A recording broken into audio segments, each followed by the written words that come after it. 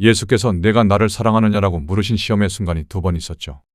예수님께서 십자가에 못 박히실 때 제자들에게 물어보시는 거예요. 우리가 예라고 대답하면 굉장히 불리하고 곤란한 상황일 때, 그때 내가 나를 사랑하느냐고 주님께서 물으시는 거예요. 그 순간 우리는 넘어지고 실패했거든요. 우리가 시험 떨어지니까 주님께서 다시 오셔서 재시험 치시는 거예요. 내가 나를 사랑하냐고. 그런데 우리가 주님을 사랑하는지를 어떻게 알 수 있을까요?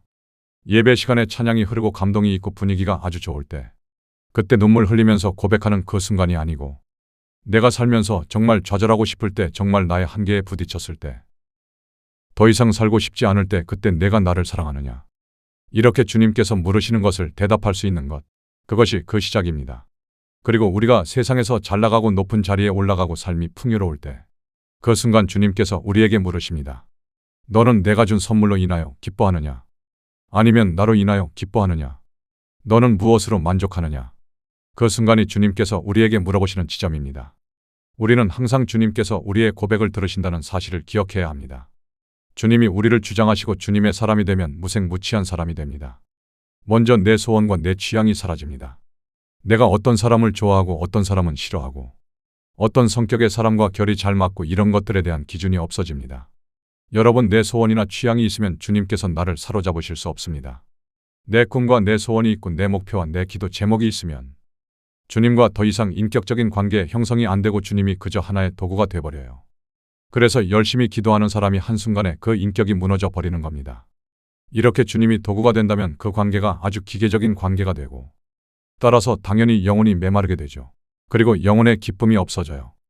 우리는 항상 주님을 목표로 인격으로 주님 존재 자체에 의미를 두어야 되는데, 기도와 응답, 사역, 일 이런 것들이 어느 순간에 목표가 되어버리니까 경배와 찬양을 드려도 주님의 임재와 그 기쁨이 느껴지지 않게 되는 것이죠. 우리는 타락을 했기 때문에 40일 기도 그러면 어느 순간 40일이 목표가 돼버려요. 올해는 40일 금식 기도 3번 해야지 그러면 3번 이게 목표가 돼버린다고요. 올해는 무슨 제자 훈련 수료해야지, 내가 목사 안수 받아야지, 우리 교회 성도 1000명 만들어야지, 이게 목표가 된다고요. 여러분, 거기에 주님이 없어요. 우리가 항상 그 과정을 즐겨야 되는데 목표가 되어버리면 안 돼요. 좋은 대학 가는 것이 고등학교 목표다 그러면 3년 그냥 버리는 거예요. 3년을 그냥 공부하는 기계가 되어가지고 대학 합격하면 성공한 거고, 대학 실패하면 그 결과에 따라서 3년을 그냥 허비하는 거예요. 대학교 다니면서 잠깐 기쁘고 그 다음 또 다른 목표가 생깁니다.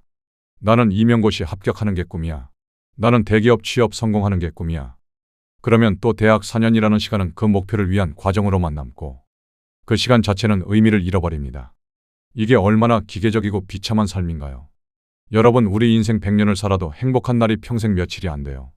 참 비참한 일이죠. 하루를 위해서 3년을 희생하고 하루를 위해서 1년을 희생하고. 여러분, 지금 이 순간을 즐기세요. 지금 이 순간 주님이 하라는 걸 하면 돼요. 한 가지 더요. 여러분, 가족에게 집착하지 마세요. 어차피 믿을 놈은 믿고 지옥 갈 놈은 가겠죠.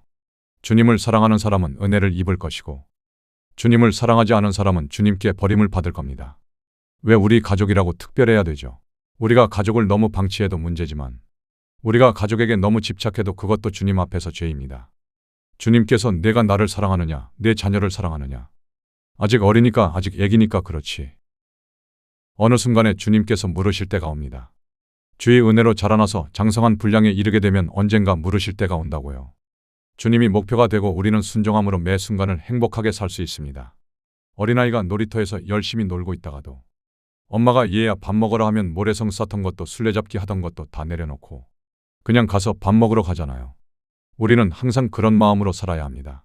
평소에는 주어진 삶을 성실하게 살아가지만 주님이 얘들아 하고 부르시면 그 순간 하던 것을 다 내려놓고 주님을 우선적으로 선택해야 합니다. 여러분, 이 세상은 아무 문제가 없어요. 세상에 무슨 의미가 있습니까? 예쁜 배우자랑 결혼해서 예쁜 자식 새끼 낳고 알콩달콩하게 예쁘게 살고 그게 무슨 의미가 있어요? 어차피 다 지나가고 어차피 다 썩을 건데. 우리는 항상 주님 앞에 가서 제가 주님께 순복하며 이렇게 살았습니다. 이렇게 주님 앞에 말할 거리를 만들고 주님을 경험하기 위해 이 땅에 온 것이지. 여기서 행복하게 살려고 이 땅에 온 것이 아니에요. 그것 다 썩은 삶이에요. 그것 다 썩은 목표고 그것 다 쓸데없는 가치관입니다. 불안하고 초조하고 기쁨이 없어요. 주님을 따르는 삶, 이것이 실제적인 삶입니다. 예수님께서 우리에게 소원을 주시고 때로는 우리의 걸음을 멈추게 하시며 그분의 사랑을 알게 하셔서 우리가 주님을 사랑하게 하십니다. 내가 나를 사랑하느냐 물으신 후에 주님께서 실을 맡기시고 그 다음에 우리에게 영혼에 대한 관심을 일으키십니다. 아직 자기에게 소망이 있는 사람들은 주님을 사랑할 수가 없습니다. 주님을 사랑할 수 없으니까 주님께서 이를 주시지 않아요. 그에게 영혼을 주지 않으십니다. 우리는 그전까지는 기계적인 사역을 해요. 그런데 주님의 나귀가 되어서 주님의 멍에를 메고 부름을 받으면 이제 내 목숨은 없어지고 주님의 길로 가기 때문에 주님을 점점 사랑하게 됩니다. 그래서 주님이 다시 물으십니다. 내가 나를 사랑하느냐?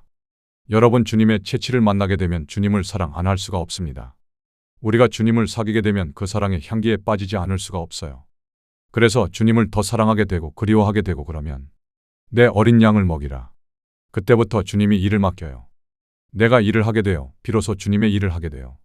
그전까지 봉사하고 이런 건 다 그냥 껌이고 그건 그냥 노는 거고 주님을 사랑하게 되면 그 사랑의 마음으로 일을 맡기십니다. 영혼에 대한 관심을 갖게 됩니다. 영혼을 품고 영혼을 돕고 그 영혼과 연합이 돼요. 우리가 이것을 교회라고 합니다. 여러분, 교회가 뭔지 아시나요? 요한의 아들 시몬아, 너는 베드로라. 내가 이 반석 위에 내 교회를 세우리니. 그래서 교회라는 것은 돌 하나가 아니라 돌들의 연합이에요. 아직 거듭나지 않은 사람들, 자기가 살아있는 사람들은 남에게 관심이 없습니다. 연합이 되지 않습니다. 오직 내 가정 나밖에 모릅니다. 아직 돌이기 때문에 그렇습니다. 여러분, 돌과 건물의 차이를 알겠어요? 하나님의 자녀는 혼자가 아닙니다. 대가족입니다. 거듭나고 영혼이 깨어나면 형제의식이 생깁니다. 모세도 때가 되자 자기 형제와 동족을 돌아보게 됩니다. 주님께서 양을 치라는 마음을 주시기 때문에 연합이 이루어지는 것입니다.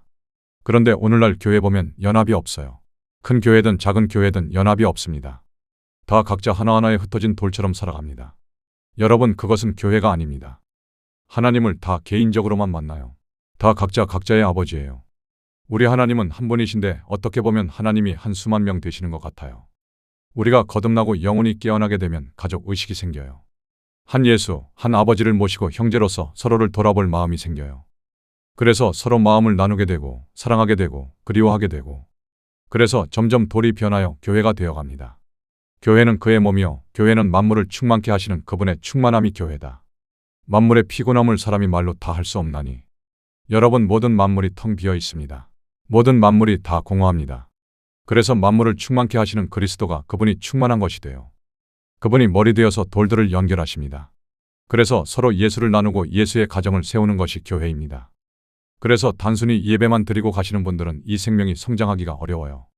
우리는 독립된 돌로서 독립된 신체로서 혼자 살아갈 수는 없습니다. 눈이 아무리 아름답다고 해도 지체 안에 있을 때 아름답습니다. 눈이 엉덩이에 붙어 있다면 아무리 빛나도 의미가 없죠. 모든 지체는 지체 안에서 제 자리를 찾을 때 비로소 빛이 납니다.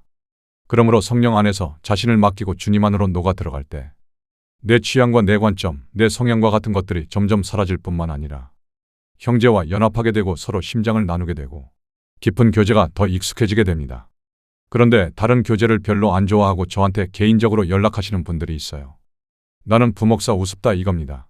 나는 좀 직통하겠다 이러시는 분들이 많아요. 여러분, 저 별 볼 일 없는 사람이에요. 마디마다 상합하고 연락하는 걸 무시하고 그거 지혜로운 방식이 아닙니다. 몸의 지체들이 서로 상합할 때 혈관처럼 서로 피가 통하게 됩니다. 피부와 세포 하나하나가 서로 통할 때 비로소 건강한 몸이 되는 것과 같습니다. 그리고 여러분 함께 성경 읽을 때는 같이 읽으시는 것이 좋습니다. 왜냐하면 우리가 기도하고 성경 읽고 발성할 때 영이 흘러나오기 때문입니다. 막 악을 쓰면서 기도하고 발성하는 것은 영을 손상시키지만 바른 발성을 하면서 자연스럽게 영이 흘러나올 때 영이 점점 풍성해집니다. 영이 맑으면 성경을 읽을 때 어떤 말씀을 읽어도 굉장히 행복합니다. 예수께서 거기를 떠나사 고향으로 가시니 제자들도 좋으니라. 안식일이 되어 회당에서 가르치시니 많은 사람이 듣고 놀라 가로되 이 사람이 어디서 이런 것을 얻었느냐. 영이 맑으면 어떤 구절을 읽어도 참 마음이 즐겁고 기쁨이 됩니다.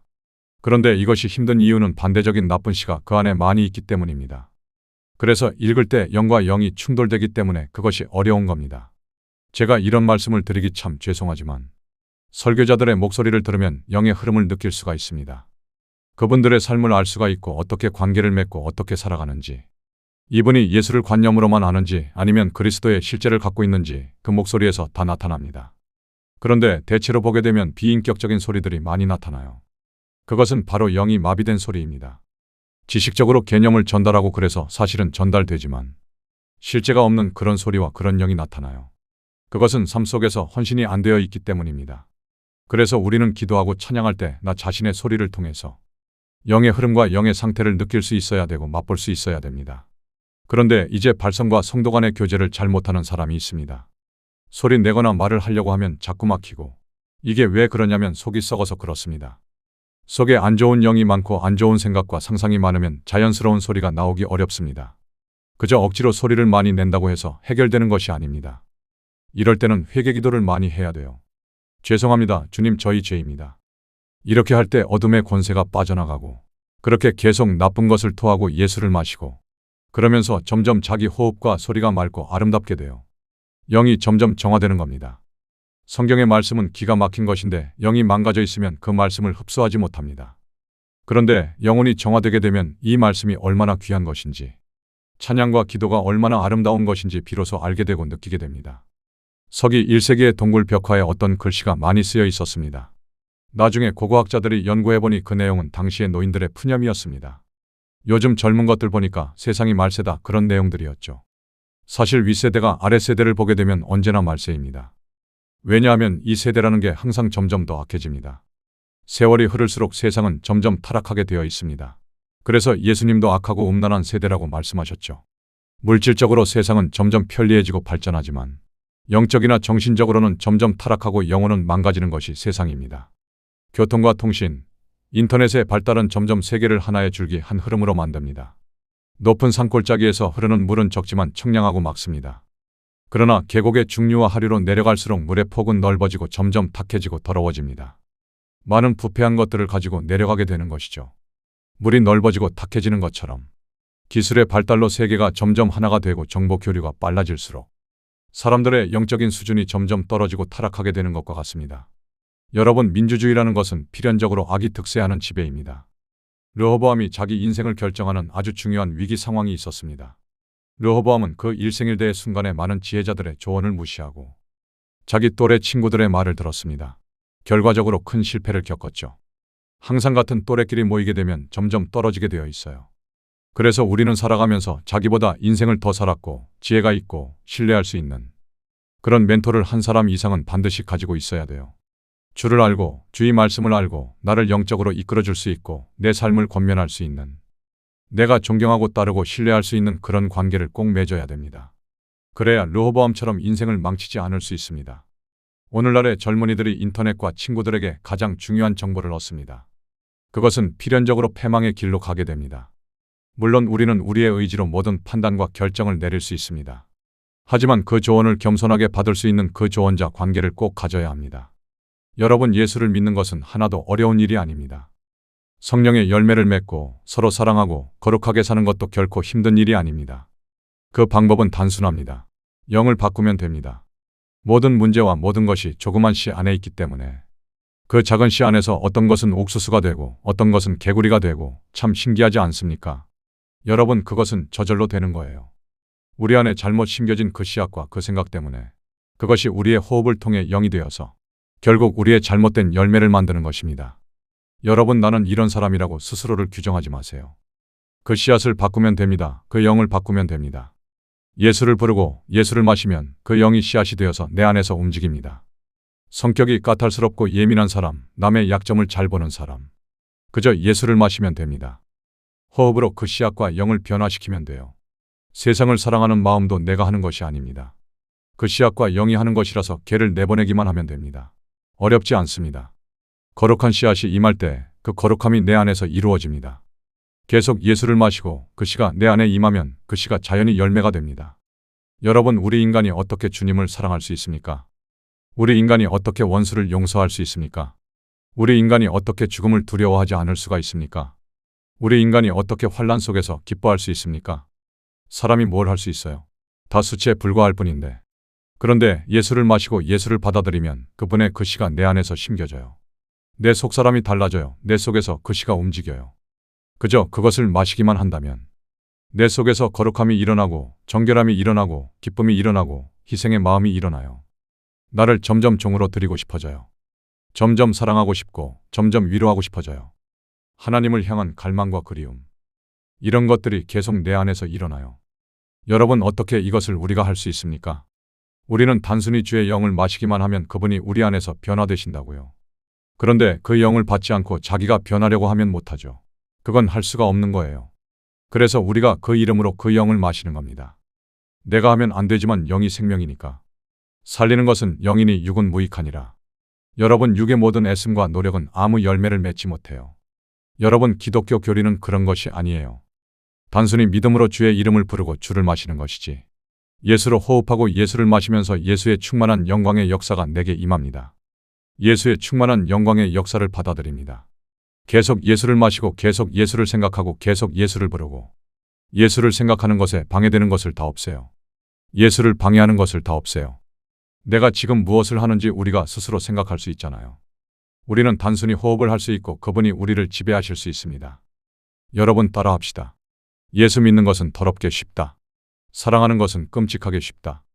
그저 예수를 마시고 고백하고 선언하기만 하면 돼요. 여러분, 다 필요 없습니다. 그냥 숨만 쉴 줄 알면 돼요. 예수로 숨 쉬는 삶이 바로 충만한 생명의 삶이고 그것이 참된 기쁨의 길입니다. 그렇게 사시는 저와 여러분이 되시길 바랍니다. 예배 마치겠습니다.